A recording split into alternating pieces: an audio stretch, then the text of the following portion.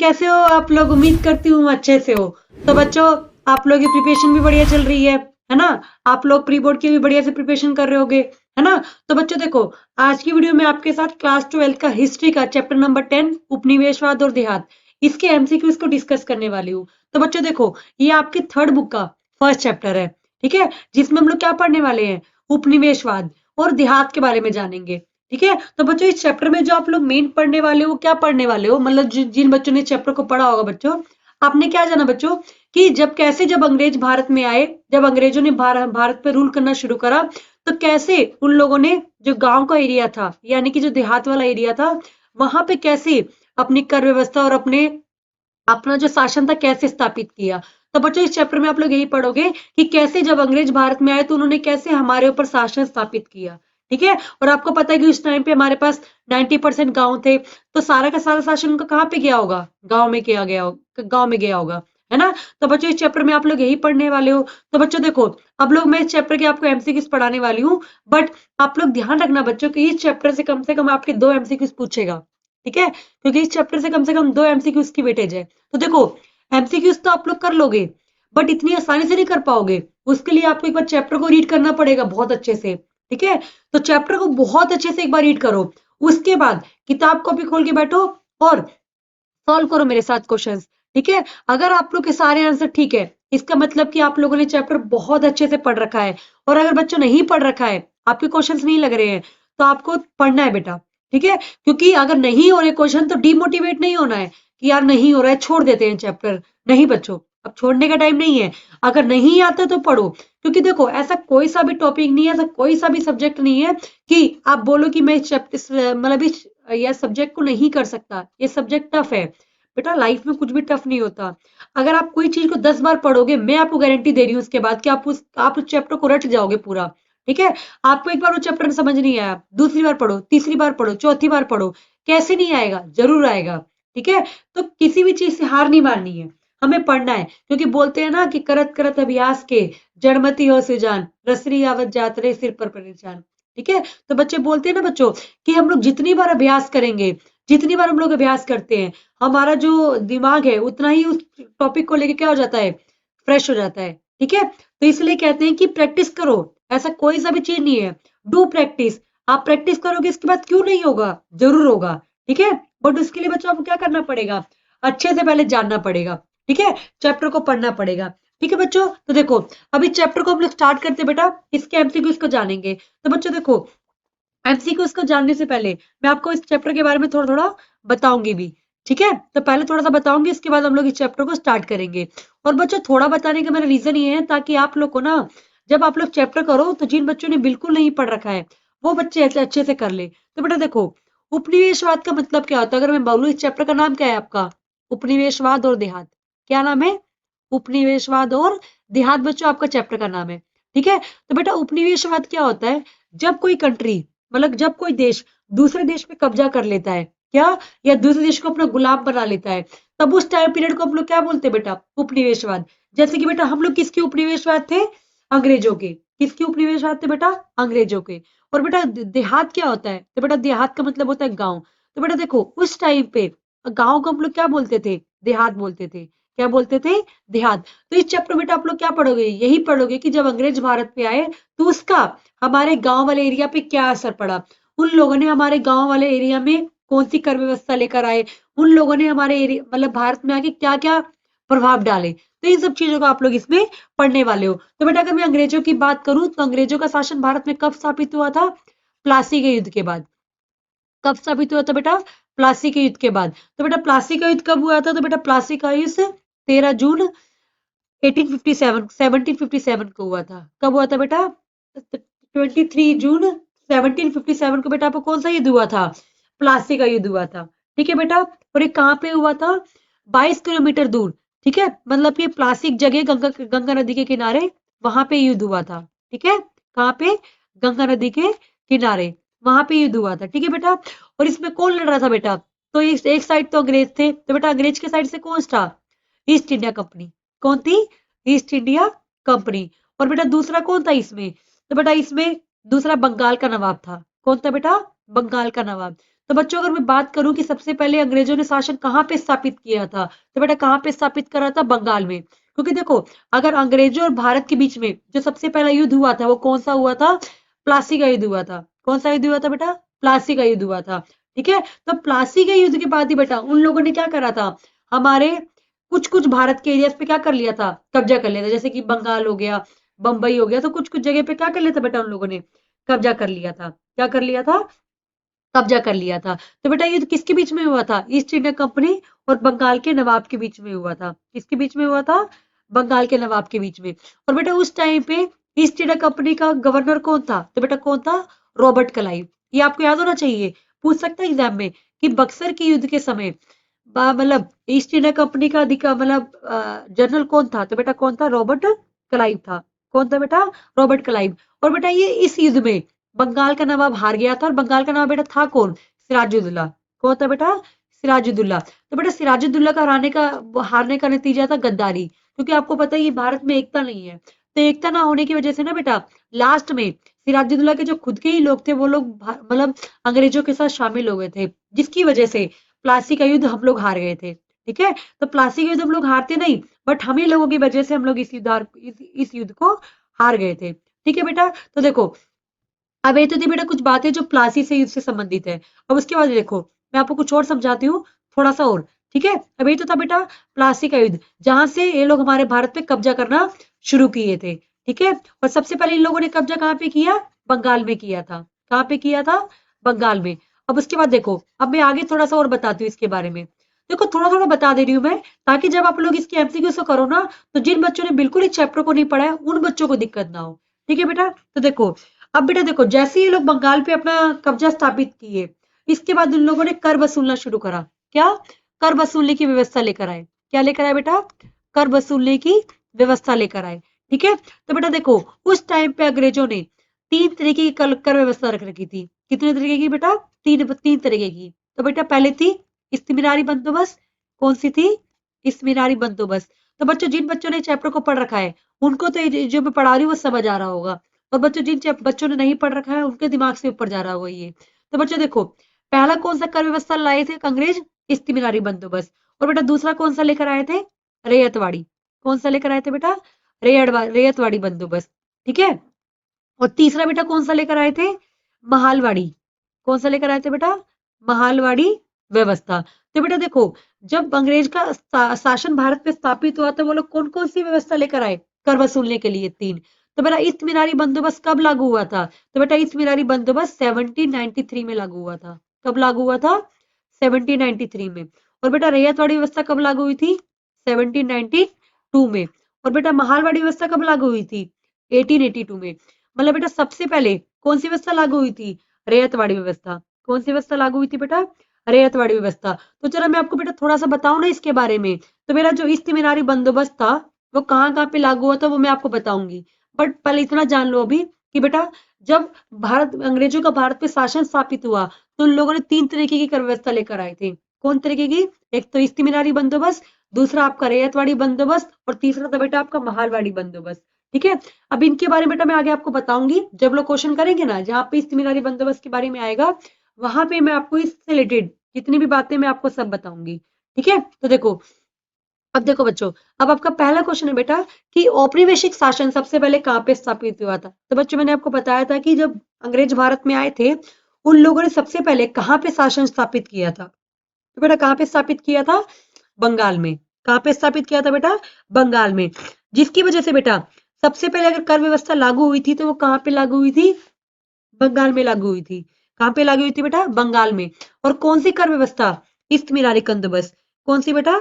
इस्तिमिनारी बंदोबस्त था जहां पे ये कर व्यवस्था लागू की गई थी। ठीक है, उसके बाद बेटा देखो नेक्स्ट क्वेश्चन है इसका। देखो हाँ अब इसके बाद देखो आपकी स्क्रीन पे नेक्स्ट क्वेश्चन है कि इस्तिमिनारी बंदोबस्त क्या था बेटा? तो इस्तिमिनारी बंदोबस्त बेटा क्या था? एक तरीके से कर व्यवस्था थी, है ना? क्या थी बेटा? एक तरीके से कर व्यवस्था थी। अब देखो अब मैं थोड़ा सा आपको इस्तिमिनारी बंदोबस्त के बारे में बता देती हूँ, जरा ध्यान से समझना बेटा। तो बेटा इसको स्थापित कब किया गया था? तो बेटा इसको स्थापित कब किया गया था? 1793 में क्या किया गया था बेटा? इसको स्थापित किया गया था। और बेटा इसको कहाँ कहाँ पे स्थापित किया गया था? बंगाल, बिहार, आपका उड़ीसा, यूपी, आपका यूपी हो गया बेटा, तो यूपी बनारस, ऊपर आपका उत्तर कर्नाटक। कहाँ पे बेटा? उत्तर कर्नाटक। तो बेटा इस पार्ट में कौन सी कर व्यवस्था लागू की गई थी? इस्तिमिरारी बंदोबस्त। कौन सी लागू की गई थी बेटा? इस्तिमिरारी बंदोबस्त। तो बेटा इस्तिमिरारी बंदोबस्त के बारे में थोड़ा सा आपको बताती हूँ। तो बेटा इस्तिमिरारी बंदोबस्त में ना एक जमींदार होता था। कौन होता था? एक जमींदार होता था। ठीक है, तो बेटा जो अंग्रेज थे उन लोगों ने क्या करा था, इस्तिमिरारी बंदोबस्त के अंतर्गत एक जमींदार रखा था और जमींदार को बोला था कि उसको कुछ गांव दे दिए थे अंग्रेजों ने। अंग्रेजों ने उन जमींदारों को कुछ गांव दे दिए और बोला कि आप इन गांव से क्या करोगे? कर इकट्ठा करोगे। क्या करोगे? कर इकट्ठा करोगे। बट बट अंग्रेजों ने इनको बोला था कि आप लोग, आपको हमें सिर्फ 10% कर देना है, उसके बाद आप चाहे कितना पैसा ले लो। मतलब कि मैं आपको ये बताना चाह रही हूँ बच्चों की अंग्रेजों ने इनको बोला था कि आपको हमें ना सिर्फ 10 रुपए टैक्स देना है गांव से लेके। एक मैं आपको एक अज्यूम करके मेथड बता रही हूँ ताकि आपको समझ आ जाए। तो बेटा देखो इस मिरारी बंदोबस्त में जमींदारों को यही बोला गया था कि आप 10 रुपए पे करोगे, ठीक है, उसके बाद आप चाहे किसानों से कितना भी टैक्स ले लो। तो बेटा देखो इस बंदोबस्त के अंतर्गत पता क्या दिक्कत थी कि अंग्रेज ना ज्यादा टैक्स लेते थे। क्यों लेते थे? क्योंकि इनको पता था कि हमें तो सिर्फ अंग्रेज को 10% पे करना है, उसके बाद जो टैक्स बचेगा वो सब तो हमारा ही है। ठीक है, तो बेटा इस मिरारी बंदोबस्त को एक स्थायी बंदोबस्त भी कहते थे। क्या बोलते थे? एक स्थायी बंदोबस्त। क्योंकि बेटा यहाँ पे जो टैक्स था ना वो फिक्स था। ठीक है, क्या था? टैक्स फिक्स था कि आपको इतना परसेंट टैक्स अंग्रेजों को देना ही है। और कौन टैक्स देता था अंग्रेजों को? जमींदार। और जमींदार किससे इकट्ठा करते थे बेटा वो टैक्स? किसानों से इकट्ठा करते थे। ठीक है बेटा, तो बेटा इस मिरारी बंदोबस्त में जमींदार मेन होता था, इसलिए इसको क्या बोलते थे? जमींदारी व्यवस्था भी बोलते थे। क्या बोलते थे? जमींदारी व्यवस्था भी बोलते थे। तो बेटा ये जो व्यवस्था बंदोबस्त था ये भारत के कितने कितनी परसेंट भाग में लागू हुआ था? तो बेटा 19% हिस्से में ये व्यवस्था लागू की गई थी। तो बेटा कितने परसेंट व्यवस्था में? तो 19%। ठीक है बेटा, अब इसके बाद बात करूं तो बेटा इस टाइम पे ये ईस्ट इंडिया कंपनी का गवर्नर कौन था जिसने व्यवस्था लागू की गई थी? तो बेटा गवर्नर कौन था इस टाइम पे इसका? तो बेटा कौन था? Lord Cornwallis. कौन था बेटा? Lord Cornwallis. तो बेटा क्या था उस टाइम पे? ये अंग्रेजों का गवर्नर था। ठीक है, जिसने इस व्यवस्था को लागू किया था। ठीक है बेटा, तो इसमें बेटा मेन कौन था? तो इसमें जो जमींदार हुआ करते थे, मतलब जो जमींदार थे वो कौन हुआ करते थे? एक तरीके से राजा। कौन? राजा। तो बेटा अंग्रेज जो राजा को क्या बोलते थे? जमींदार बोलते थे। क्या बोलते थे? जमींदार बोलते थे। और इसमें बेटा क्या था मेन? इसमें ये था कि एक निश्चित रकम जमींदारों को इकट्ठा करके अंग्रेजों को देनी होती थी। क्या होनी थी? देनी होती थी। ठीक है, तो इस व्यवस्था में बेटा ये था कि अगर वो लोग उस मतलब जितना परसेंट उनको देना है अंग्रेजों को अगर नहीं दे पाए तो उनके घर की नीलामी कर दी जाएगी। क्या कर दी जाएगी? उनके घर की नीलामी कर दी जाएगी। तो बेटा बोला गया था कि अगर कोई भी जमींदार है अगर अंग्रेजों को उतना परसेंट टैक्स नहीं देगा तो उसके घर की क्या हो जाएगी? नीलामी हो जाएगी। ठीक है बच्चों, तो देखो बच्चों इस मियारी बंदोबस्त से जितने भी क्वेश्चन थे मैंने आपको बता दिए। अब देखो ये जितने भी आपके पार्ट मैंने बताए ना आपको ये आगे बहुत काम आएगा आपको देखना। तो देखो बच्चों अब नेक्स्ट क्वेश्चन है बेटा आप लोगों के पास कि इस मिनारी बंदोबस्त कब लागू किया गया था? तो बेटा क्या क्वेश्चन है कि इस मिनारी बंदोबस्त कब लागू किया गया था? तो बेटा कब लागू किया गया था अभी मैंने आपको ऊपर बताया था। कब लागू हुआ था बेटा? 1793 में लागू हुआ था। और किसने करा था बेटा लागू? लॉर्ड कॉर्नवालिस ने करा था। क्या बेटा किसने लागू किया था? लॉर्ड कॉर्नवालिस ने इसको लागू किया था। ठीक है बेटा, तो इसमें देखो इसके बाद क्या था बेटा? इसमें ये किया गया था कि इस प्रकार बंदोबस्त लागू किए जाने के बाद बेटा क्या किया गया था कि 75% से अधिक जमींदारियां हस्ताक्षरित कर दी गई थी। मतलब कि बेटा 75% गांव दे दिए गए थे। किसको? जमींदारों को। क्या करने के लिए बेटा? टैक्स इकट्ठा करने के लिए। क्या करने के लिए? टैक्स इकट्ठा करने के लिए। ठीक है, तो मेरा ईस्ट मीनारी बंदोबस्त कब लागू किया गया था? 1793 में। और बेटा इसको सबसे पहले कहाँ पे लागू किया गया था? बंगाल में। कहाँ पे लागू किया गया था? बंगाल में लागू किया गया था। ठीक है, उसके बाद देखो उसके बाद आपका नेक्स्ट क्वेश्चन है बेटा कि ईस्ट मीनारी बंदोबस्त किसके द्वारा लागू किया गया था? तो बेटा अभी आपको मैंने बताया था बेटा कि जब ईस्ट मीनारी बंदोबस्त लागू किया गया था वो इसको किस गवर्नर ने लागू किया था? लॉर्ड कॉर्नवालिस ने। किसने लागू किया था बेटा? लॉर्ड कॉर्नवालिस ने इसको लागू किया था। उसके बाद देखो उसके बाद आपका नेक्स्ट क्वेश्चन है कि ईस्ट मीनारी बंदोबस्त लागू किए जाने के बाद कितने प्रतिशत से अधिक जमींदारी हस्ताक्षरित कर दी गई थी? तो बेटा आपसे पूछ रहा है कि जब इस मीनारी बंदोबस्त लागू किया गया था तो कितना परसेंट एरिया जमींदारों को दे दिया गया था? तो बेटा कितना प्रतिशत दे दिया गया था? 75%। तो बेटा देखो, जब ईस्ट बंदोबस्त लागू किया गया था ना, तो 75% जो गांव थे वो किसको दे दिए गए थे? जमींदारों को। क्या करने के लिए? कर इकट्ठा करने के लिए। क्या करने के लिए बेटा? कर इकट्ठा करने के लिए इनको दे दिया गया था। ठीक है, तो उसके बाद देखो, बट बेटा देखो, जब ईस्ट बंदोबस्त लागू किया गया था ना, तो ऐसा नहीं है कि ये बहुत अच्छी व्यवस्था थी। ठीक है, इसमें कुछ दिक्कतें भी आई काफी सारी। लाइक जैसे कि जो जमींदार थे, कभी कभी टैक्स ही नहीं पे कर पाते थे। क्या? कभी कभी टैक्स नहीं पे कर पाते थे। तो बेटा क्यों नहीं पे कर पाते थे? कभी कई बार क्या पता होता था कि किसान टैक्स नहीं देते थे। कौन टैक्स नहीं देता था? किसान। क्या पता टैक्स नहीं देते होंगे, है ना? तो बहुत सारी बेटा चीजें होती हैं जब लागू होती हैं तो। ठीक है, तो देखो, अगर मैं बेटा इसकी बात करूं तो इसमें क्या था कि काफी कई बार जमींदार जो होते थे टैक्स नहीं पे करते थे। क्या नहीं करते थे? टैक्स नहीं पे करते थे। क्यों नहीं करते थे बेटा? जैसे कि पहला क्या था कि किसानों को टैक्स ना देना, है ना? और भी बहुत सारी चीजें थी। तो देखो, अब तो मैंने आपको इतना बता दिया कि कितने प्रतिशत जमीन दी गई थी? 75%। ठीक है, अब उसके बाद देखो, और उसके बेटा देखो, आपकी स्क्रीन पे नेक्स्ट क्वेश्चन है बेटा कि अमेरिकी स्वतंत्रता संग्राम के समय अब ब्रिटिश भारत का मतलब ब्रिटिश सेना का कमांडर कौन था? तो बेटा आपसे पूछ रहा है कि जब अमेरिकी स्वतंत्रता संग्राम चल रहा था, ठीक है, तो उस टाइम पे क्या कहते हैं, ब्रिटिश सेना का कमांडर कौन था? तो बेटा कौन था उस टाइम पे इसका कमांडर? अगर आप लोग बता सकते हो तो बताओ कि बेटा ऐसा कमांडर कौन था। क्वेश्चन तो अच्छा है, बट आप लोगों ने पढ़ा नहीं होगा तो आप लोग को पता नहीं होगा। तो बेटा उस टाइम पे इसका कमांडर कौन था? तो बेटा कौन था? लॉर्ड कॉर्नवालिस कौन था उस टाइम पे? ब्रिटिश सेना का कमांडर था। क्या था? इसका कमांडर था। उसके बाद देखो, उसके बेटा देखो, आपकी स्क्रीन पे नेक्स्ट क्वेश्चन है कि जब बंगाल में इस्मीरारी बंदोबस्त लागू किया गया था, तो उस समय बंगाल का गवर्नर जनरल कौन था? तो बेटा उस टाइम बंगाल का गवर्नर जनरल कौन था? तो बेटा कौन था? Lord Cornwallis. तभी तो इसने इस्मीरारी बंदोबस्त को लागू किया था, क्योंकि बेटा इसको क्या किया गया था? बंगाल का गवर्नर बनाया गया था। क्या किया गया था? बंगाल का गवर्नर। तो आपसे ये भी पूछ सकता है एग्जाम में क्वेश्चन कि बंगाल का गवर्नर कौन था उस टाइम? तो कौन था बेटा? Lord Cornwallis. क्वेश्चन ये भी आ सकता है कि इस्मीरारी बंदोबस्त किसने लागू किया? तब भी आंसर क्या होगा बेटा? Lord Cornwallis. ठीक है, आपसे ये पूछ सकता है कि स्थायी बंदोबस्त किसने लागू किया? तब भी लॉर्ड कॉर्नवालिस। इसके अलावा बेटा आपसे ये पूछ सकते हैं कि जमींदारी व्यवस्था किसने लागू करी? तब भी इसका आंसर क्या होगा? लॉर्ड कॉर्नवालिस होगा। ठीक है, उसके बाद देखो बेटा, नेक्स्ट क्वेश्चन है आप लोगों का कि रेयत शब्द का प्रयोग अंग्रेज किसके लिए करते थे? तो बेटा जो रेयत जो शब्द होता था ना, उसका प्रयोग अंग्रेज करते थे। तो बेटा वो अंग्रेज इस वर्ड का यूज वो लोग किसके लिए करते थे? ये आपसे पूछ रहा है। तो बेटा किसके लिए करते थे वो लोग इसका प्रयोग? है कोई बताने वाला? अगर आप लोगों ने पढ़ा होगा तो आपको पता होगा कि बेटा इसमें रेयत का शब्द का मतलब क्या होता है? तो क्या होता है बेटा? किसान होता है। क्या होता है बेटा? किसान। तो बेटा देखो, रेयत शब्द अंग्रेज किसके लिए प्रयोग करते थे? किसानों के लिए। तो बेटा अगर मैं बात करूं तो दूसरी व्यवस्था कौन सी लागू करी थी अंग्रेजों ने? रेयतवाड़ी व्यवस्था।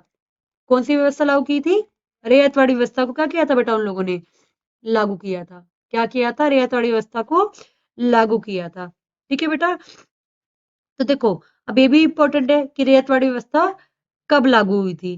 ठीक है, तो एग्जाम में मैक्सिमम टाइम ना बच्चों को लगता है कि रेयतवाड़ी व्यवस्था भी थी, तो बेटा ये भी एक तरीके से कर व्यवस्था थी, क्योंकि सब जगह ना बेटा इस्तेमारी बंदोबस्त ही लागू नहीं किया गया था, कहीं कहीं पे इस वाली व्यवस्था को भी लागू किया गया था। ठीक है, तो उसके बाद देखो, उसके बाद आप लोगों का नेक्स्ट क्वेश्चन है कि जमींदार समय पर कर राशि क्यों नहीं चुका पाते थे? अब देखो आगे ना क्वेश्चन कि बेटा जो जमींदार है वो ठीक समय पे टैक्स क्यों नहीं पे कर पाते थे? तो मेरे को पता था बेटा कि ये वाला क्वेश्चन आपसे पूछेगा, जरूर पूछते हैं बेटा, वाला क्वेश्चन इंपॉर्टेंट है। ठीक है, तो देखो, वो लोग सही सही समय पे टैक्स क्यों नहीं पे कर पाते थे? तो देखो, पहला ऑप्शन है बेटा कि प्रारंभिक मांगे बहुत ऊंची थी। सेकंड ऑप्शन है बेटा कि कृषि की उपज की कीमतें काफी नीची थी। थर्ड है बेटा कर बहुत अधिक था, और ऑप्शन नंबर डी है बेटा उपरोक्त सभी। तो बेटा जमींदार जब समय पे टैक्स नहीं पे कर पाते थे अंग्रेजों को, तो इसका पहला कारण था कि बेटा कि जो वो लोग उनसे टैक्स लेते थे जमींदारों से, उनकी जो ऊंची मतलब जो मांगे थी बहुत ऊंची थी। मांगे मतलब कि मान के चलो कि वो लोग 100 रुपए मांग रहे हैं जमींदारों से, और बेटा अंग्रेज 100 रुपए देने के लिए कैपेबल नहीं है, तो इसकी वजह से बेटा जमींदार आगे उनको टैक्स नहीं पे कर पाते थे। दूसरा बेटा कि जो किसान था ना, उसकी जो उपज होती थी उसकी कीमतें बहुत कम हुआ करती थी उस टाइम पे, जिसकी वजह से जमींदार किसानों से जितना टैक्स मांगते थे वो लोग उनको देते नहीं थे। तीसरा बेटा, जमींदारों ने किसानों के ऊपर बहुत ज्यादा टैक्स लगा दिया था, है ना, जिसकी वजह से किसान टैक्स देता ही नहीं था, जिसकी वजह से जमींदार आगे भी टैक्स नहीं पे कर पड़ता था। इसका करेक्ट आंसर क्या है? उपयुक्त सभी। क्या आंसर है बेटा? उपयुक्त सभी। ठीक है, तो उसके बाद देखो, अब उसके बाद आपका नेक्स्ट क्वेश्चन है कि अम्ला कौन कौन होता था? तो बेटा आपसे पूछ रहा है कि अम्ला जो वर्ड है वो किसके लिए प्रयोग होता था? तो बेटा ऑप्शन नंबर ए है अंग्रेजों का अधिकारी, ऑप्शन नंबर बी है जमींदार का अधिकारी, ऑप्शन नंबर सी है बेटा किसानों का अधिकारी और ऑप्शन नंबर डी इनमें से कोई नहीं। तो बेटा अम्ला किसके लिए प्रयोग करते थे अंग्रेज? तो बेटा जमींदारों के लिए। तो बेटा जमींदार अधिकारी को अंग्रेज क्या बोलते थे? अम्ला बोलते थे। और बेटा किसानों को वो लोग क्या बोलते थे? रेयत बोलते थे। क्या बोलते थे? रेयत। ठीक है, उसके बाद बेटा देखो, आपका नेक्स्ट क्वेश्चन है कि निम्नलिखित में से कौन सा जमींदार को परेशानी को देखकर बहुत खुश होते थे? तो बेटा आपसे पूछ रहा है कि इनमें से कौन है जो लोग जमींदारों को परेशानी में देख के बड़ा खुश होते थे? तो बेटा वो कौन होते थे? धनवान रैयत। तो बेटा वो कौन होते थे? धनवान रैयत नहीं बेटा, सॉरी, जोतदार और आपके मंडल। तो बेटा देखो, दो तरीके के उस टाइम पे लोग होते थे, एक होते थे बेटा आपके जमींदार और एक होते थे आपके जोतदार। तो बेटा जो जमींदार होते थे वो कहाँ रहते थे? शहर में रहते थे। कहाँ रहते थे? शहर में। और बेटा जो जोतदार थे वो कहाँ रहते थे? गांव में। तो बेटा जो गांव में अमीर किसान होता था, मतलब कि जिसके पास काफी सारा पैसा होता था, मतलब काफी सारा खेत होता था, तो उनको गांव में लोग क्या बोलते थे? जोतदार बोलते थे। तो बेटा देखो, जो जोतदार होते थे ना, तो जब जमींदार परेशान होता था तो उससे जोतदार बड़ा खुश हुआ करते थे। क्यों बेटा? क्योंकि देखो जोतदार को लगता था कि हम लोग गांव में रहते हैं, तो जो काम जमींदारों को दिया गया था वही काम जोतदारों को देना चाहिए था। ठीक है, बट जोतदारों को दिया नहीं गया, जिसकी वजह से बेटा जब जमींदार परेशान होते थे ना, कब परेशान होते थे जमींदार? जब किसानों को टैक्स नहीं पे करता था, जब जमींदार आगे अंग्रेजों को टैक्स नहीं पे कर पाते थे, है ना? तो इन सब चीजों से क्या होता था? जमींदार परेशान होता था और इसको देख के कौन खुश होता था? जोतदार। कौन खुश होता था बेटा? जोतदार। ठीक है, उसके बाद देखो जरा, आपका नेक्स्ट है क्वेश्चन कि 1798 में वर्धमान जिले में राजस्व भुगतान के बकाया से संबंधित डैश से अधिक वाद मामले लंबित थे। तो बेटा आपसे पूछ रहा है कि बेटा वर्धमान एक जिला था, कहाँ पे? बंगाल में। कहाँ पे बेटा? बंगाल में। तो आपसे पूछ रहा है बेटा कि 1758 में वर्धमान जिले में राजस्व जो भुगतान था, क्या? राजस्व भुगतान के बकाया होने से, बकाया बकाया से संबंधित कितने मामले दर्ज किए गए थे? क्या? कितने मामले दर्ज किए गए थे? ठीक है, तो क्योंकि देखो बेटा बहुत सारे किसान क्या होते थे? टैक्स नहीं पे कर पाते थे। क्या नहीं कर पाते थे? टैक्स को पे नहीं कर पाते थे। ठीक है, तो जिसकी वजह से क्या हुआ बेटा? काफी सारे केसेस क्या हो गए इसकी वजह से? दर्ज हो गए। क्या हो गए? दर्ज हो गए किसान को, मतलब तो आपसे पूछ रहा है कि कितने केसेस क्या हुए थे? दर्ज हुए थे। तो कितने हुए थे बेटा? 30,000 मामले दर्ज किए गए थे। किसके लिए? कि वर्धमान जिले में राजस्व भुगतान नहीं हो पा रहा है, मतलब कि लोग भुगतान नहीं कर रहे, मतलब टैक्स को पे नहीं कर रहे हैं। और बेटा किसान टैक्स क्यों नहीं पे करता था? क्योंकि जोतदार उनको मना करते थे, कहते थे कि टैक्स मत पे करो। ठीक है, क्योंकि उनको लगता था किसानों को कि उनसे बहुत ज्यादा टैक्स लिया जा रहा है, और जोतदार जमींदारों को परेशान करना चाहते थे, जिसकी वजह से जोतदार बेटा किसानों को भड़का देते थे कि आप लोग टैक्स को मत पे करो। ठीक है, उसके बाद देखो, उसके बाद आप लोगों का नेक्स्ट क्वेश्चन है कि जोतदार कौन होता था? तो बेटा जोतदार कौन होता था? तो बेटा जो गांव का धनी किसान होता था ना, कौन? गांव का जो धनी किसान होता था उसको हम लोग क्या बोलते थे? जोतदार बोलते थे। क्या बोलते थे? जोतदार। तो कुछ चीजें बेटा ध्यान में अपने दिमाग में बिठा के रखो कि कुछ कुछ क्या होता था। ठीक है, क्योंकि सिर्फ क्वेश्चन लगाने से कुछ नहीं होगा, क्वेश्चन के साथ साथ समझो इस टॉपिक को ध्यान से। आप सोचो कि सिर्फ क्वेश्चन लगाने से सब हो जाएगा, तो नहीं होगा बेटा। ठीक है, उसके बाद देखो, उसके बेटा आपका नेक्स्ट क्वेश्चन है कि गांव में जोतदार की शक्ति जमींदार की ताकत की अपेक्षा प्रभावशाली होती थी। तो बेटा आपसे पूछ रहा है कि गांव में जो जोतदार की शक्ति हुआ करती थी जमींदार की अपेक्षा कम होती थी कि ज्यादा होती थी? तो बेटा क्या होती थी? शक्ति अगर मैं बात करूं तो गांव में किसकी शक्ति ज्यादा होती थी? जोतदार की। किसकी शक्ति ज्यादा होती थी? जोतदार की। किससे? जमींदार से। क्योंकि देखो बच्चों, जो गरीब किसान था जब उसको कुछ पैसा चाहिए होता था या दिक्कत होती थी तो वो किसके पास जाता था? जोतदार के पास जाता था, क्योंकि जमींदार तो शहर में रहते थे। तो देखो, इसलिए जो गांव गांव के किसान हुआ करते थे वो किसकी बात सुनते थे? जोतदारों की बात सुनते थे। ठीक है, उसके बाद देखो बेटा, आप लोगों का नेक्स्ट क्वेश्चन है बेटा कि जोतदार सबसे अधिक कहाँ पे शक्तिशाली थे? तो बेटा कहाँ पे शक्तिशाली थे? उत्तरी बंगाल में। कहाँ पे? उत्तरी बंगाल में। क्योंकि आपको पता है बेटा कि ईस्ट मिरारी बंदोबस्त कहाँ पे लागू किया गया था? मेनली बंगाल में। ठीक है, तो इसकी वजह से बेटा जो जोतदार होते थे वो कहाँ पे ज्यादा शक्तिशाली थे? उत्तरी बंगाल में। कहाँ पे? उत्तरी बंगाल में। उसके बेटा देखो, नेक्स्ट क्वेश्चन है कि पांचवी रिपोर्ट ब्रिटिश संसद में कब पेश की गई? तो बेटा पांचवी रिपोर्ट एक ऐसी रिपोर्ट थी जिसमें ईस्ट इंडिया कंपनी ने इंडिया में क्या क्या काम किए उसकी एक रिपोर्ट थी, कि क्योंकि आपको पता है कि ईस्ट इंडिया कंपनी का कुछ ना ऐसे काम थे जो ना मतलब अच्छे काम नहीं थे, तो इसकी वजह से बेटा एक रिपोर्ट जारी की गई जिसमें बताया गया कि अंग्रेजों ने भारत में जो व्यवस्था लागू की गई थी वो कैसी थी, किस टाइप की व्यवस्था थी। तो बेटा आपसे पूछ रहा है कि पांचवी रिपोर्ट कब जारी की गई थी? तो बेटा कब जारी की गई थी पांचवी रिपोर्ट? संसद में 1813 में। कब लागू की गई थी बेटा? 1813 में इसको क्या किया गया था? लाया गया था। कौन सी रिपोर्ट को बेटा? पांचवी रिपोर्ट को। ठीक है, तो कई बार आपसे पूछता है पांचवी रिपोर्ट के बारे में। ठीक है, क्योंकि आपको पता होना चाहिए, अगर पांचवी रिपोर्ट के बारे में कभी पूछ ले आपसे तो आप लोग को पता होना चाहिए। ठीक है, तो बेटा इसमें कब लागू की गई थी रिपोर्ट? 1813 में। और बेटा इसमें कितने पेज थे? तो बेटा अगर मैं बात करूं तो कुल इसमें बेटा 800 पेज से अधिक थे। मतलब बेटा इसमें क्या था? 800 से अधिक जमींदारों व किसानों की अर्जियां शामिल की गई थी। किसमें? पांचवी रिपोर्ट में। तो किसमें किसमें कितनी अर्जियां थी? 800 से अधिक अर्जियां थी, जिसे किसने डाला था? जमींदारों और किसानों ने डाला डाला था। कब डाला था बेटा? जमींदारों और किसानों ने डाला था। इसके बाद बेटा देखो, फिर 1760 में क्या किया गया था? इस व्यवस्था में कुछ चेंजेस किए गए थे। किसमें? इस निरारी बंदोबस्त में कुछ चेंजेस किया गया था। तो बेटा देखो, पांचवी रिपोर्ट की विशेषता क्या थी? इसमें बेटा पहली विशेषता क्या थी कि इसमें भारत में जो कंपनियां काम कर रही हैं, क्या भारत में कंपनी के एकाधिकार के विरोध में, क्योंकि आपको पता है कि जब ईस्ट इंडिया कंपनी भारत में आ गई थी तो एक तरीके से वो लोग एकाधिकार दिखा रहे थे भारत में। क्या दिखा रहे थे? एकाधिकार दिखाने का विरोध हो रहा था। इंग्लैंड में इसका क्या किया गया था बेटा? विरोध किया गया था कि जो अंग्रेज है भारत पर एकाधिकार दिखा रहे हैं। दूसरा बेटा क्या था कि जो अंग्रेज थे हमारे अन्य राजनीतिक दलों में हस्तक्षेप कर रहे थे। क्या कर रहे थे? अन्य राजनीतिक दलों में हस्तक्षेप कर रहे थे। ठीक है, कौन? अंग्रेज। उसके अलावा बेटा ये लोग निजी व्यापारियों का भारतीय बाजारों में आकर्षण था। इसके अलावा बेटा क्या था? ये लोग हमारे ऊपर कुप्रशासन कर रहे थे। ठीक है, तो ये जो रिपोर्ट थी बेटा काफी मतलब इसकी मतलब काफी अच्छी रिपोर्ट थी ये वाली। ठीक है, उसके बाद देखो बेटा, आपका नेक्स्ट है कि पांचवी रिपोर्ट किस समिति के द्वारा लागू की गई थी? तो बेटा पांचवी समिति को किस मतलब पांचवी जो रिपोर्ट थी उसको किस समिति ने लागू किया था? तो बेटा कौन सी समिति थी वो? प्रवर समिति। कौन सी समिति थी बेटा? प्रवर समिति ने इसको क्या किया था? लागू किया था। उसके बाद देखो देखो बेटा, आपका नेक्स्ट क्वेश्चन है कि फ्रांसिस बुकानन कौन था? तो बेटा जो फ्रांसिस बुकानन था वो कौन था? एक तरीके से भारत में आया था बेटा। ये क्या था? एक तरीके से चिकित्सक था। क्या था? चिकित्सक था। तो बेटा इसके बारे में भी कई बार आपसे पूछ लेता है, एक नंबर में क्वेश्चन में पूछ लेता है आपसे कि जो फ्रांसिस बुकानन था वो कौन था? तो आप लोग को पता होना चाहिए, क्योंकि बेटा देखो फ्रांसिस बुकानन ने जब हमारे यहाँ पे संताल रहते थे ना, संतालों के बारे में इसने लिखा था। किसके बारे में? संथालों के बारे में इसने लिखा था।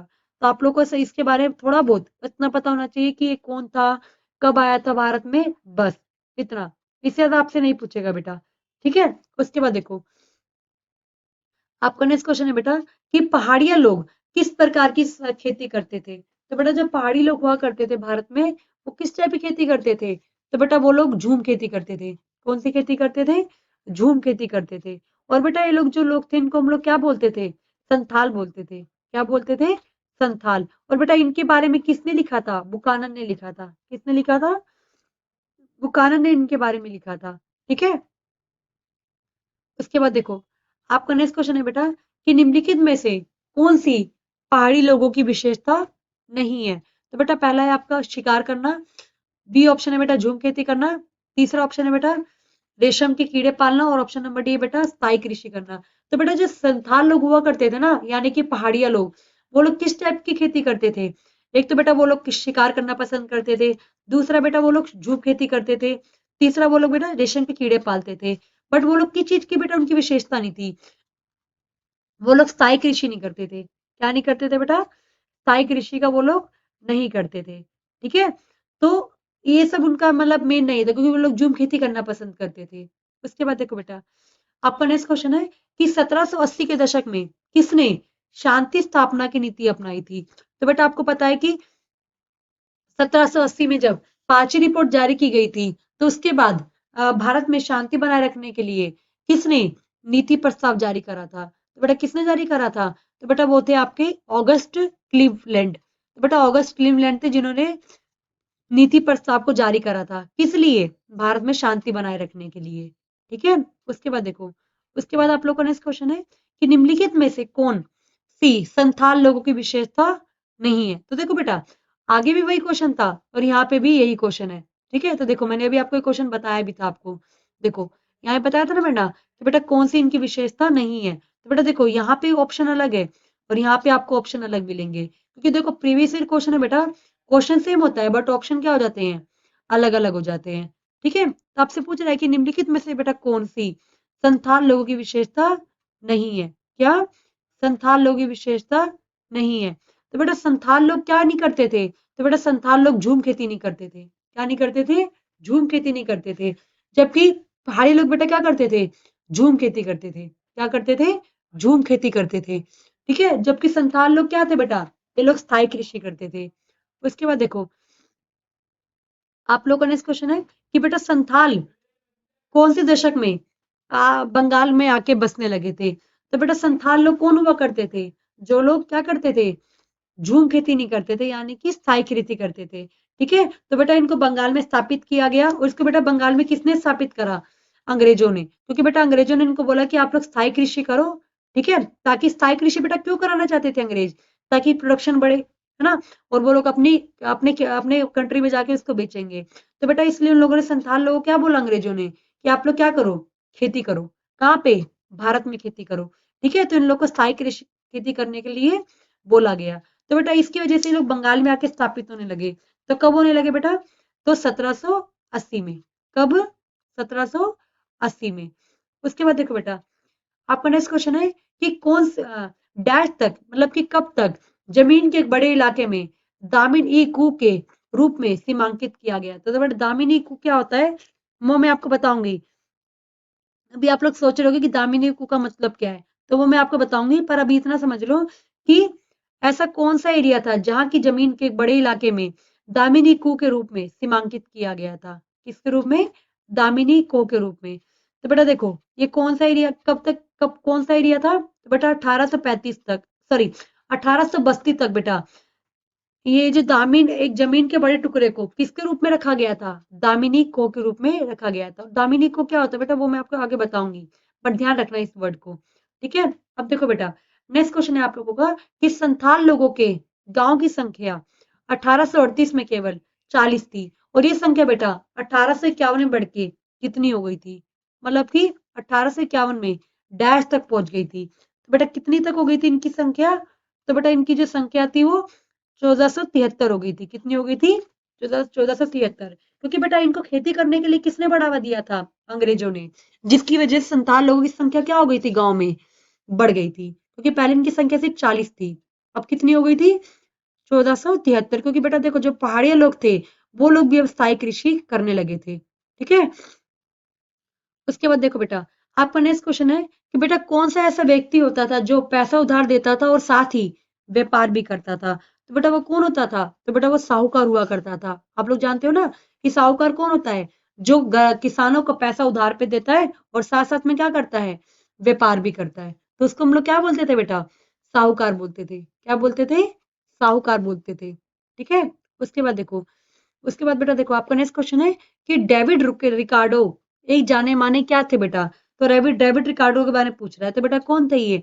अर्थशास्त्री थे। कौन थे? ईस्ट इंडिया कंपनी के एक अर्थशास्त्री थे।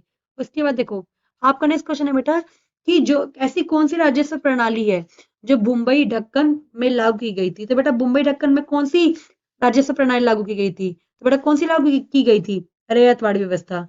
कौन सी लागू की गई थी बेटा? रैयतवाड़ी व्यवस्था। तो बेटा रैयतवाड़ी व्यवस्था को कब लागू किया गया था? एग्जाम में कई बार आपसे पूछ लेता है, इसलिए आपको पता होना चाहिए रैयतवाड़ी व्यवस्था के बारे में भी। ठीक है, तो बेटा रैयतवाड़ी व्यवस्था कब लागू की गई थी? 1832 में। कब लागू की गई थी बेटा? 1832 में। और बेटा इसको कहाँ कहाँ पे लागू किया गया था?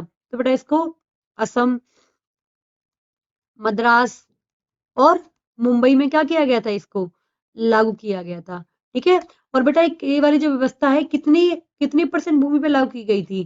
तो बेटा 51% भूमि पे इसको क्या किया गया था? लागू किया गया था।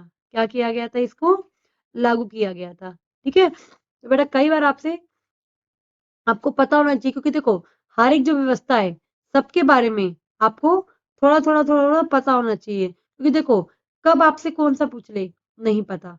ठीक है, तो आपको हर एक व्यवस्था के बारे में अच्छे से पता होना चाहिए, क्योंकि एग्जाम में क्वेश्चन पूछता है तो सिर्फ यही नहीं पूछेगा कि कब लागू हुआ, कैसे लागू हुआ, तो कुछ भी और भी पूछ सकता है। ठीक है, तो देखो इसको बेटा लागू किसने करा था?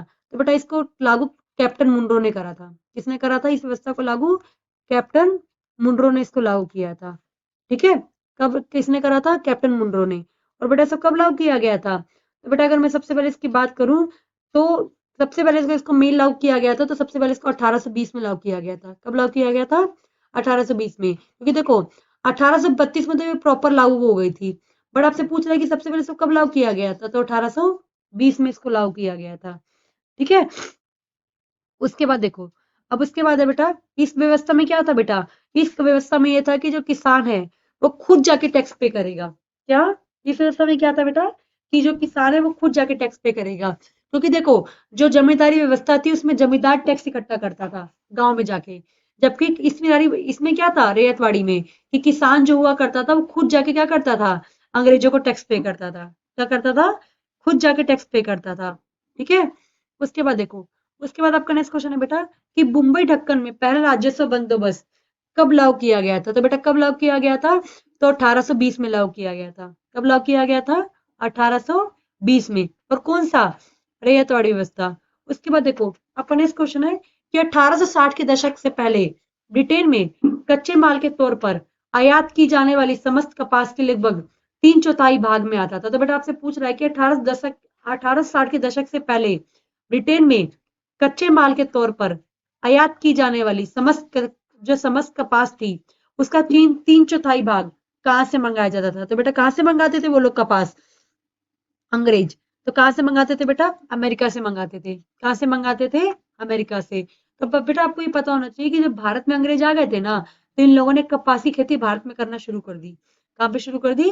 भारत में, ताकि इन लोग को अमेरिका से कपास ना लेना पड़े। ठीक है, अब उसके बाद देखो बेटा नेक्स्ट क्वेश्चन है बेटा कि ब्रिटेन में कपास आपूर्ति संघ कब बनाया गया था? तो बेटा कब बनाया गया था? 1857 में बनाया गया था। कब बनाया गया था? 1857 में। इसका मेन काम क्या था कि जो कपास है वो ब्रिटेन में कहाँ से मंगाया जाएगा। ठीक है, तो उसके बाद देखो बेटा आपका नेक्स्ट क्वेश्चन है कि मैनचेस्टर कॉटन कंपनी कब बनाई गई थी? तो बेटा मैनचेस्टर कॉटन कंपनी कब बनाई गई थी? 1859 में। कब बनाई गई थी बेटा? 1859 में इस कंपनी को बनाया गया था। उसके बाद देखो, उसके बाद आपका नेक्स्ट क्वेश्चन है कि अमेरिकी गृह युद्ध कब छिड़ गया था? तो बेटा अमेरिका में गृह युद्ध कब छिड़ गया था? मतलब कि उनके अंदर ही जो मूल निवासी थे ना, तो मूल निवासियों ने युद्ध छेड़ दिया था। किनके साथ? वहां के जो यूरोप के लोग थे उनके साथ। तो बेटा पूछ रहा है कि वो कब छेड़ा गया था? तो बेटा कब छेड़ा गया था? 1861 में। कब छेड़ा गया था? 1861 में इसको छेड़ा गया था। उसके बाद देखो बेटा आपका नेक्स्ट क्वेश्चन है कि ढक्कन के गांव में रैयतों ने बगावत कब कर दी थी? तो बेटा आपको पता है कि ढक्कन में कौन सी व्यवस्था थी? रैयतवाड़ी व्यवस्था थी, है ना? कौन सी व्यवस्था थी? रैयतवाड़ी व्यवस्था। तो बेटा इसको क्या करा था लोगों ने? इसमें बगावत कर दी थी। क्या कर दी थी? बगावत कर दी थी। क्यों कर दी थी बेटा? कि वो लोग कह रहे थे कि हम लोग टैक्स नहीं पे करेंगे। क्या? टैक्स नहीं पे कर पाएंगे। तो इसकी वजह से क्या हुआ बेटा? काफी ज्यादा इसमें क्या हुआ? नुकसान हुआ। क्या हुआ? नुकसान हुआ। ठीक है, तो बेटा ढक्कन में रेतों ने कब बगावत कर दी थी? तो इसका करेक्ट आंसर क्या है बच्चों? 1875 में। कब करी थी? 1875 में, क्योंकि आपको पता है कि ये वाली व्यवस्था कब लागू हुई थी? 1820 में इसको लागू किया था। और किसने करा था? कैप्टन मुनरो ने। किसने करा था? कैप्टन मुनरो ने किया था। ठीक है बेटा, उसके बाद देखो, उसके बाद आप लोग का नेक्स्ट क्वेश्चन है बेटा कि महालवाड़ी भू राजस्व व्यवस्था किसके द्वारा लागू की गई थी? तो देखो आगे ना बेटा, थर्ड कर व्यवस्था कौन सी लागू की गई थी बेटा भारत में? तो वो थी आपकी बेटा महालवाड़ी व्यवस्था। कौन सी थी आपकी? महालवाड़ी व्यवस्था। तो बेटा इसको कहाँ पे लागू किया गया था? तो बेटा इसको उत्तर प्रदेश में एवं मध्य के एरिया में इसको क्या किया गया था? लागू किया गया था। कहाँ पे? मध्य के एरिया में इसको लागू किया गया था। ठीक है, तो बेटा इसको लागू कब किया गया था? तो 1832 में इसको लागू किया गया था। कब? 1832 में इसको लागू किया गया था। ठीक है, और इसको इस मतलब इसमें ये वाली जो व्यवस्था थी भारत के कितने भाग में लागू हुई? तो बेटा 30% भाग में इसको लागू किया गया था। कितने परसेंट भाग में? 30% भाग में इसको लागू किया गया था। ठीक है, अब मैं थोड़ा सा बेटा इस वाली कर व्यवस्था के बारे में आपको थोड़ा सा बता देती हूँ। ठीक है, क्योंकि एग्जाम में अगर पूछे इसके बारे में भी तो आपको पता होना चाहिए। ठीक है, तो बेटा जो ये वाली जो व्यवस्था थी इसको लागू किसने करा था, पहले मैं आपको ये बता देती हूँ। तो बेटा किसने लागू किया था? लॉर्ड वेलेस्ली ने इसको लागू किया था। किसने करा था? लॉर्ड वेलेस्ली ने लागू करा था। और बेटा इसमें भी जो जमींदार होता था, इसमें भी जमींदार मेन होता था और जमींदारी टैक्स पे करता था। आगे कौन पे करता था? महालवाड़ी व्यवस्था में भी जमींदारी हुआ करता था, जो क्या करता था? टैक्स पे करना होता था। क्या करना होता था? टैक्स पे करना होता था। ठीक है बेटा, बड़ी इस व्यवस्था के अंतर्गत क्या था बेटा कि राजस्व रकम जमा करने का काम मुकद्दम प्रधान किसी बड़े रैयत को दिया जा सकता था, जो सरकार को राजस्व एकत्रित करके संपूर्ण भूमि को कर दे सके, जैसे कि जमींदार जोतदार वगैरह। ठीक है, तो बेटा इस वाली व्यवस्था को किसने लागू किया था? लॉर्ड वेलेस्ली ने लागू किया था।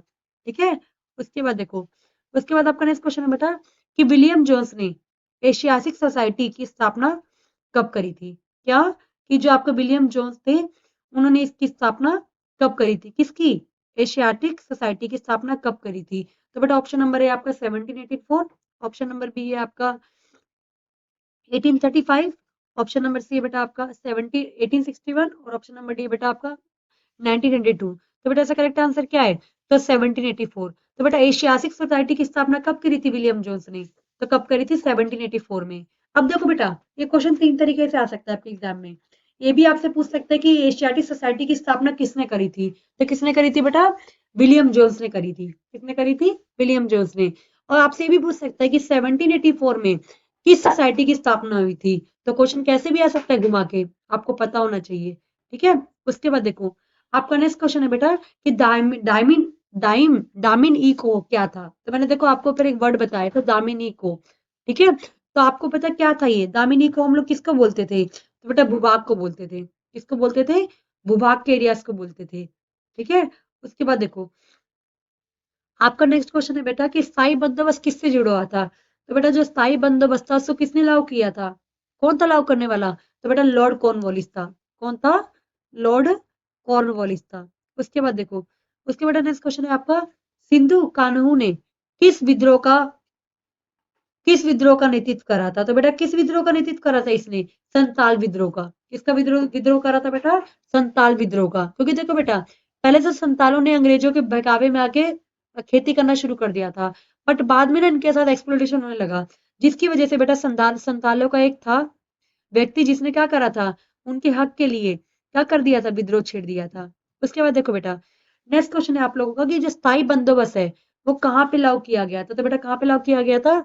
बंगाल, पंजाब और दक्षिण इनमें सभी। तो बेटा इसका करेक्ट आंसर क्या है? बंगाल। तो बेटा जो आपका स्थायी बंदोबस्त है जिसको हम लोग इस्तिमिरारी बंदोबस्त भी बोलते हैं, क्या बोलते हैं? इस्तिमिरारी बंदोबस्त भी बोलते हैं। इसके अलावा आपको जमींदारी व्यवस्था भी इसको बोला जाता है। तो बेटा ये कहाँ पे लागू हुई थी? तो कहाँ पे लागू हुई थी बेटा? सबसे पहले बंगाल में। आपसे एग्जाम में ऐसे पूछ रहे हैं तो बेटा कहाँ पे लागू हुई थी? बंगाल में। ठीक है, और कब लागू हुई थी बेटा? कब लागू हुई थी? बताया कोई मुझे? कब लागू हुई थी बेटा? 1792 में। ठीक है, उसके बाद देखो बेटा आप लोग का नेक्स्ट क्वेश्चन है कि संथाल विद्रोह कब हुआ था? तो बेटा संथालों का विद्रोह कब शुरू हो गया था? तो 1855 में। कब शुरू हो गया था? 1855 में इनका विद्रोह शुरू हो गया था। उसके बाद देखो बेटा आप लोग का नेक्स्ट क्वेश्चन है कि ईस्ट इंडिया कंपनी की स्थापना कब हुई थी? तो बेटा ईस्ट इंडिया कंपनी की स्थापना कब हुई थी? तो बेटा ईस्ट इंडिया कंपनी की जो स्थापना थी वो कब हुई थी? 1600 में हुई थी। कब हुई थी? 1600 में इसकी स्थापना हुई थी। और कहाँ पे हुई थी? इंग्लैंड में। ठीक है, उसके बाद देखो बेटा आपका नेक्स्ट क्वेश्चन है कि राजमहल की पहाड़ियों में मुख्यतः कौन लोग रहते थे? तो बेटा राजमहल की पहाड़ियों में कौन लोग रहते थे? पहाड़िया और संथाल लोग रहते थे। कौन रहते थे? संथाल लोग। तो बेटा देखो जो पहाड़ी लोग होते थे वो लोग झूम खेती करते थे। क्या करते थे? झूम खेती करते थे। जबकि बेटा आपके संथाल लोग कौन सी खेती करते थे? स्थायी खेती करते थे। क्या करते थे? स्थायी खेती किया करते थे। ठीक है, उसके बाद देखो आप लोगों ने इस क्वेश्चन है बेटा कि कंपनी काल में अक्सर जो शक्तिशाली जमींदार हुआ करते थे उनको वो मतलब उनको किस नाम से पुकारा जाता था? तो बेटा वो कौन उन लोग होते थे? राजा हुआ करते थे। कौन होते थे? राजा हुआ करते थे। उसके बाद देखो बेटा नेक्स्ट क्वेश्चन है बेटा कि 18वीं शताब्दी में बंगाल में नीलामी में कितने प्रतिशत से अधिक बिक्री फर्जी हुआ करती थी। तो बेटा कितने प्रतिशत बिक्री फर्जी हुआ करती थी? तो बेटा 95%। जब भी किसी जमींदार की घर की नीलामी होती थी तो उसमें बेटा 95% जो बिक्री थी वो क्या हुआ करती थी? फर्जी हुआ करती थी। ठीक है, उसके बाद देखो आप लोग का नेक्स्ट क्वेश्चन है कि इस मीरारी बंदोबस्त लागू किए जाने के बाद कितने प्रतिशत से अधिक जमींदारियां हस्ताक्षरित कर दी गई थी? तो बेटा कितने प्रतिशत दे दी गई थी जमीन जमींदारों को? 75%। ठीक है, उसके बाद देखो बेटा आप लोगों का नेक्स्ट क्वेश्चन है कि जॉन कॉर्नवालिस का जीवन काल क्या था? तो बेटा अगर इसमें बात करूं तो काल क्या था कॉर्नवालिस का? तो बेटा इसका टाइम था 1738 से लेके 1805 तक। कब तक? 1738 से लेके 1805 तक। और बेटा यही था जिसने कौन सा बंदोबस्त लागू किया था? इस मिरारी बंदोबस्त लागू किया था। ठीक है, इस मिरारी बंदोबस्त मतलब कि कर व्यवस्था को लागू किया था भारत में। ठीक है, उसके बाद देखो आप लोगों ने इस क्वेश्चन है बेटा कि शिकमी रेयत को बंगाल में जमीन कौन पट्टे पर देता था? तो बेटा शिकमी जो रेयत हुआ करते थे यानी जो शिकमी किसान हुआ करते थे उनको बंगाल में जमीन कौन पट्टे पे यानी कि रेंट पे दिया करता था? तो बेटा कौन देता था? रेयत। कौन देता था? कौन पट्टे पर देता? तो बेटा कौन देता था? रेयत। ठीक है, उसके बाद देखो बेटा आप लोगों का नेक्स्ट क्वेश्चन है कि अमला किसके द्वारा भेजा गया अधिकारी हुआ करता था? तो बेटा अमला को कौन भेजता था? जमींदार भेजता था। कौन भेजता था? जमींदार। क्या करने के लिए? गांव में टैक्स इकट्ठा करने के लिए। ठीक है, उसके बाद देखो आपका नेक्स्ट क्वेश्चन है कि बेटा प्राय जो जोरदार होते थे वो कहाँ रहते थे? तो बेटा वो लोग गांव में रहते थे। कहाँ पे रहते थे? गांव में, क्योंकि शहर में कौन रहता था? जमींदार रहते थे। कौन रहते थे? जमींदार। उसके बाद देखो आप लोगों ने इस क्वेश्चन है कि महाराजा मेहताब चंद्र का जीवन काल क्या था? तो बेटा महाराजा मेहताब चंद्र का जीवन काल क्या था आपका? तो 1820 से लेके 1879 तक। ठीक है, उसके बाद देखो आप लोग का नेक्स्ट क्वेश्चन है कि बंगाल और बिहार में स्थायी बंदोबस्त शुरू करने का श्रेय किसे जाता है? तो बेटा कौन थे वो? तो कौन थे आपके? Lord Cornwallis. कौन थे? Lord Cornwallis. ठीक है, उसके बाद देखो बेटा नेक्स्ट क्वेश्चन है कि भारत आने वाला प्रथम यूरोपियन कौन था? तो बेटा प्रथम मतलब यूरोप से कौन आया था भारत में कब्जा करने? तो बेटा पुर्तगाल के लोग आए थे। कहाँ के लोग आए थे? पुर्तगाल के लोग भारत में आए थे जिन्होंने कहाँ पे अपना शासन स्थापित करा? गोवा में। उसके बाद देखो बेटा नेक्स्ट क्वेश्चन है कि अंग्रेजों ने सर्वप्रथम अपनी फैक्ट्री कहाँ पे स्थापित करी थी? तो बेटा कहाँ पे स्थापित करी थी? सूरत में। कहाँ पे स्थापित करी थी? सूरत में। उसके बाद देखो आप लोगों ने इस क्वेश्चन है कि पुर्तगालियों ने गोवा पर अधिकार कब कर लिया था? तो कब करा था बेटा? 1510 में। कब करा था? 1510 में। उसके बाद देखो उसके बाद आप लोगों ने इस क्वेश्चन है कि फ्रांसिस बुकानन कौन था? तो बेटा फ्रांसिस बुकानन कौन था? तो बेटा एक सर्वेक्षक था। क्या था? एक सर्वेक्षक था। उसके बाद देखो उसके बाद आप लोग का नेक्स्ट क्वेश्चन है कि फ्रांसिस बुकानन के विवरण की तुलना इतिहास के किस स्कूल से की जाती है? तो बेटा किससे की जाती है फ्रांसिस बुकानन की तुलना? तो कौन है बेटा ये? किससे तुलना करते हैं इसकी? एनोल्स से। किससे करते हैं? एनोल्स। ठीक है, उसके बाद देखो उसके बाद आप लोग का नेक्स्ट क्वेश्चन है कि फ्रांसिस बुकानन के विवरणों से किस जनजाति के बारे में पता चलता है? तो बेटा फ्रांसिस बुकानन ने किसके बारे में लिखा था? तो बेटा संथालों के बारे में लिखा था। किसके बारे में लिखा था? संथालों के बारे में लिखा था। उसके बाद देखो नेक्स्ट क्वेश्चन है कि किस रिपोर्ट का संबंध भारत में ईस्ट इंडिया कंपनी के क्रियाकलापों से था? तो बेटा वो कौन सी रिपोर्ट थी? पांचवी रिपोर्ट थी जिसमें क्या बताया गया था कि भारत में ईस्ट इंडिया कंपनी कैसे काम कर रही है, अत्याचार कर रही है। ठीक है, उसके बाद देखो आप लोगों का नेक्स्ट क्वेश्चन है बेटा कि रैयतवाड़ी बंदोबस्त का जनक हम लोग किसको बोलते हैं? तो किसको बोलते हैं बेटा? मुनरो को बोलते हैं। किसको बोलते हैं? मुनरो एवं रीड को। बट मेन कौन थे आपके? Captain Munro. उसके बाद देखो बेटा आप लोग का नेक्स्ट क्वेश्चन है कि किस युद्ध में विजय के पश्चात ईस्ट इंडिया कंपनी ने बंगाल बिहार और उड़ीसा के दीवानी अधिकार पर कब्जा कर लिया था? तो बेटा वो कौन सा विजय थी? प्लासी का युद्ध था। कौन सा युद्ध था? प्लासी का युद्ध। जो कब लड़ा गया था? 1757 में लड़ा गया था। कब लड़ा गया था? 1757 में लड़ा गया था। ठीक है, और कहाँ पे लड़ा गया था? प्लासी में। उसके बाद देखो बेटा आप लोग का नेक्स्ट क्वेश्चन है कि भारत में स्थायी रूप से 10 वर्षीय जनगणना का आरंभ 1881 में किस गवर्नर जनरल ने करा था? तो बेटा किसने करा था सबसे पहले जनगणना भारत में? तो किसने कराई थी जनगणना? तो कौन था बेटा वो? रिपन था। कौन था? रिपन। तो जनरल रिपन थे बेटा जिन्होंने सबसे पहले क्या कराया था? भारत में जनगणना कराई थी। ठीक है, उसके बाद बेटा देखो नेक्स्ट क्वेश्चन है आप लोगों का कि ढक्कन दंगा आयोग कब बनाया गया था? तो बेटा कब बनाया गया था? 1975 में इसकी स्थापना हुई थी।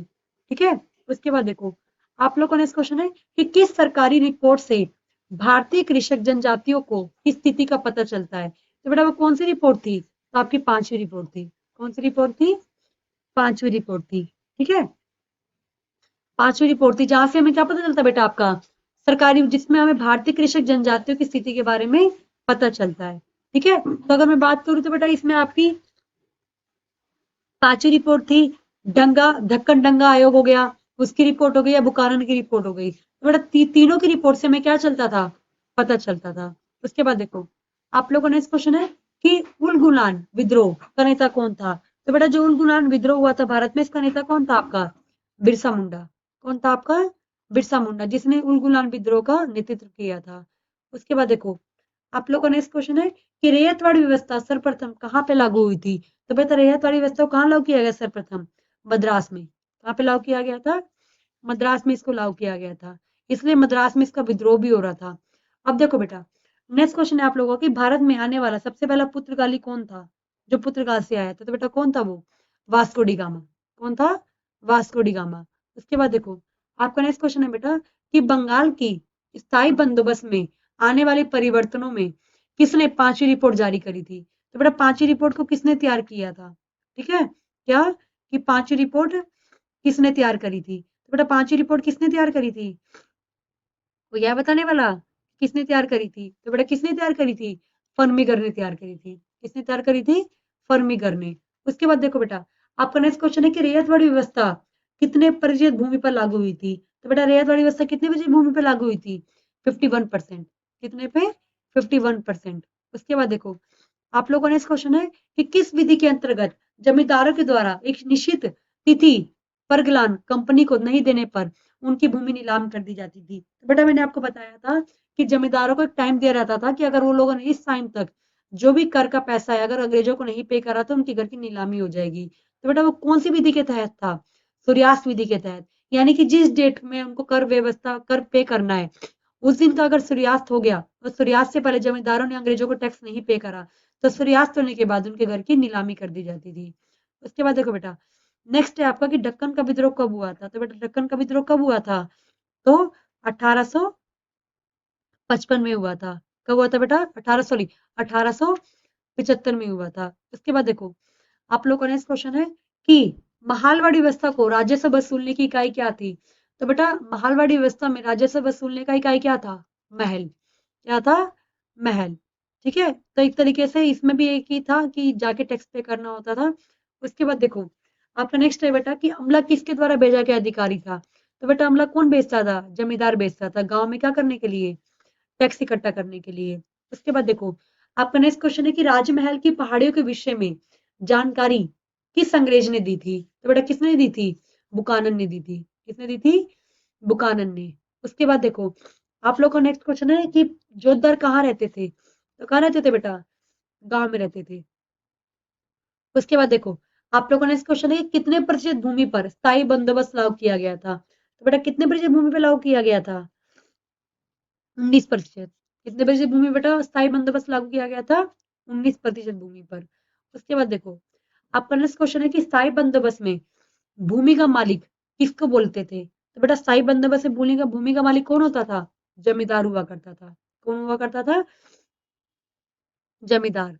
उसके बाद बेटा देखो नेक्स्ट क्वेश्चन है कि 18वीं शताब्दी में बंगाल की नीलामी के समय कितने प्रतिशत बिक्री फर्जी होती थी? तो कितने प्रतिशत फर्जी होती थी बेटा? 95%। कितना? 95%। उसके बाद देखो बेटा आपका नेक्स्ट क्वेश्चन है कि इस निराली बंदोबस्त लागू किए जाने के बाद कितने प्रतिशत से अधिक जमींदारियां अंतराक्षित कर दी गई थी? तो बेटा कितने प्रतिशत थी? 75%। कितना? 75%। उसके बाद देखो आप लोग का नेक्स्ट क्वेश्चन है बेटा कि जॉन कॉर्नवालिस का जीवन काल क्या था? तो बेटा क्या था इसका जीवन काल? देखो इसका जीवन काल का अगर मैं बात करूं तो कब तक था बेटा? तो 1738 से लेकर 1805 तक था। कब तक था? 1738 से लेकर 1805 तक। अब उसके बाद देखो बेटा आपके जितने भी एमसीक्यूज थे चैप्टर के मैंने आपको बता दिए। ठीक है, तो बच्चों जिन बच्चों ने अभी अपना टेस्ट लेके देखा कुछ बच्चों का टेस्ट बहुत अच्छा हुआ होगा और कुछ बच्चों का नहीं हुआ होगा। ठीक है, तो बच्चों देखो टेस्ट तो आप लोगों ने कर लिया, आप लोग को पता चला गया होगा कि आपको इस चैप्टर के बारे में कितना आ रहा है। ठीक है, तो अगर जिन बच्चों के कम है स्कोर, कोई बात नहीं, आप लोग दोबारा चैप्टर को पढ़ना और दोबारा से क्वेश्चन लगाना। ठीक है, और जिन बच्चों ने बेटा बहुत अच्छे से क्वेश्चन को करा है, तो बच्चों इसके लिए आपको मैं बोलूंगी कि आप लोग अच्छे से पढ़ रहे हो, बट ज्यादा और ओवर कॉन्फिडेंस नहीं होना है। ठीक है, क्योंकि ओवर कॉन्फिडेंस कई बार क्या होता है ना कि आपको डुबा देता है। तो अगर आप लोग के क्वेश्चन अच्छे से हुए हैं, तो आप लोग और भी क्वेश्चन लगाओ। ठीक है, बट मैं आपको बोलूंगी अगर आप लोगों ने इतने क्वेश्चन पढ़ लिए इतना बहुत है, इससे ज्यादा आपको पढ़ने की जरूरत नहीं है। ठीक है, बट अगर आप लोग को वीडियो अच्छी लगी हो गाइस, तो वीडियो को लाइक कर देना और चैनल को सब्सक्राइब करना मत भूलना। So thank you everyone.